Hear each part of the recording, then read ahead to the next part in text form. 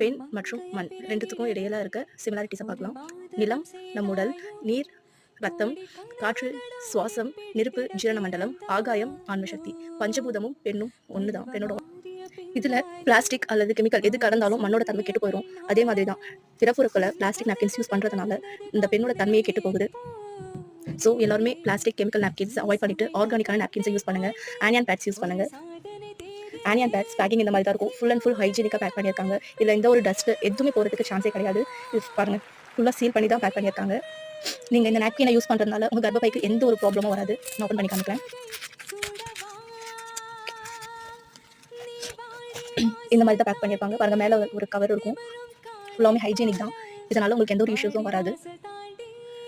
நல்ல பொருளை யூஸ் பண்ண ஸ்டார்ட் பண்ணுங்க.